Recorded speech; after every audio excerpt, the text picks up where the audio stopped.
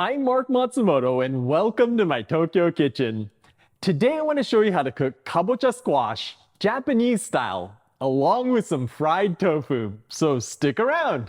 Kabocha literally means pumpkin in Japanese, and it's thought to have been brought to Japan via Cambodia by the Portuguese almost 500 years ago. The evidence is in the name, which is a corruption of the Portuguese word Camboja. The cultivars grown in Japan have a dense, starchy flesh that's closer in taste and texture to sweet potatoes than it is to most other members of the squash family. This makes it well suited for stewing and braising because it doesn't fall apart as easily. Nimoro literally means simmered item, and it's one of the most popular traditional preparations for kabocha squash. In my version, I like to simmer the kabocha in dashi along with some fried tofu or atsuage, which adds a nice meaty texture along with loads of protein to this dish. Looks good, right? Let's start with our ingredients. I've got a quarter of a large kabocha squash, 300 grams of atsuage or fried tofu, and 2 cups of my homemade dashi. If you want to make this plant-based, just use shiitake dashi instead. To season this, I've got a quarter cup of sake, 2 tablespoons of usukuchi soy sauce, 1 teaspoon of sugar, a half teaspoon of salt, and I've also got some mitsuba leaves for garnish, but anything green will work. To prep the atsuage, I'm gonna cut the block into 1.5 inch cubes. By the way, atsuage is super simple to make, and I have a video for this, so check out the video description for a link. For the kabocha, I'm gonna start by removing the seeds. It makes it easier if you cut the fibers holding the seeds in place with a knife. Then you can use a spoon to scoop out the seeds. Don't get too aggressive here or you'll end up scraping away all of the flesh. Next, I'm gonna trim off any stem, as well as the little nub on the bottom of the pumpkin.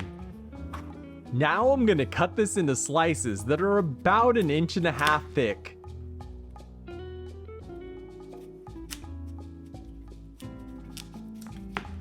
Be mindful of the geometry of the pumpkin so that the pieces are all about the same thickness. Then we can cut the slices up into 1.5 inch cubes. By the way, you may notice I'm trimming off some of the corners to get nice cubes, but I'm gonna use these later to make a kabocha pasta, so don't worry, it's not going to waste. Next, I'm gonna chamfer the edges of each block of kabocha with a peeler. This technique is called mentori in Japanese, and it helps prevent the kabocha from crumbling as you cook it by blunting the sharp edges. This isn't necessary, but it makes for a much prettier nimono. Okay, last one. And just look at how pretty these are. By the way, these trimmings are fantastic in miso soup, so be sure to save and use them. To make the nimono, I'm gonna add the dashi to a pot, along with the sake, soy sauce, salt, and sugar. Then I'm gonna bring the mixture up to a rolling boil. Dashi and soy sauce can vary in salinity, so taste the braising liquid and adjust the salt if it needs it. It should be just a little saltier than you'd want soup to be. Now I'm gonna dump in the kabocha, and then I'm gonna gently place the atsuage into the gaps. Cover this with a drop lid, and then I'm gonna adjust the heat to maintain a gentle simmer. The drop lid helps keep the ingredients submerged while ensuring you have even heat distribution around the ingredients. Now I'm gonna set a timer for 15 minutes. If your kabocha is thinner than mine, it may take less time. While we wait for the kabocha to cook, I want to thank Musubi Kiln for sending over this classy bowl that I'm going to use to plate this up. They've got a huge collection of handcrafted tableware that runs the gamut from traditional to modern. So hit the link in the video description down below to take a look and use coupon code NORECIPES to get 5% off your order. Okay, our timer's up, so let's open this up and have a look. You can use a toothpick to test if the kabocha is cooked through. And this is looking perfect. Now I'm gonna turn off the heat and cover this back up to let it cool in the broth. Once the kabocha is cooled, you can reheat it, or you can serve it at room temperature.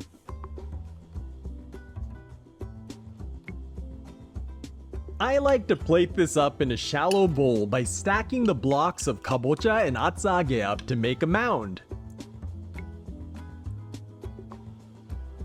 Let's ladle on some of that braising liquid, and then I'm gonna top this off with some mitsuba leaves, which have a wonderful fresh fragrance that's somewhere between celery and carrots. If you can't find it, snow peas or green beans also make for a great accent. Okay, let's get this over to our table and our Japanese style kabocha squash is ready to eat. I don't know if it's possible for a food to smell like a season, but this smells like autumn to me, so let's try it out. Itadakimasu. All right, I'm gonna start with the kabocha. Ooh, it's super tender. It's super rich and creamy, and it's got that sweet pumpkin flavor that goes so well with that smoky dashi. And it's absorbed all of that umami and savory goodness. All right, I'm gonna try out our atsage.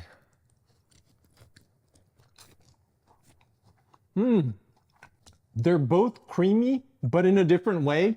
And you've got that fried skin on the outside of that tofu that gives it a nice meaty texture. And when you bite into it, it just releases pools of dashi in your mouth. This is so good. All right, back for a little more kabocha. Oh yeah. It's like a contrast of sweet and savory, meaty and fruity. And you can keep going back and forth between the two and never get bored. All right, this was really good, but it's gonna be even better after soaking in the dashi overnight. So I'm gonna have the rest tomorrow, but I hope you'll give this a try. Well, I'm gonna go enjoy the cool autumn weather we've been having, but check out this playlist for more delicious Japanese side dishes. And I'll catch you in the next one.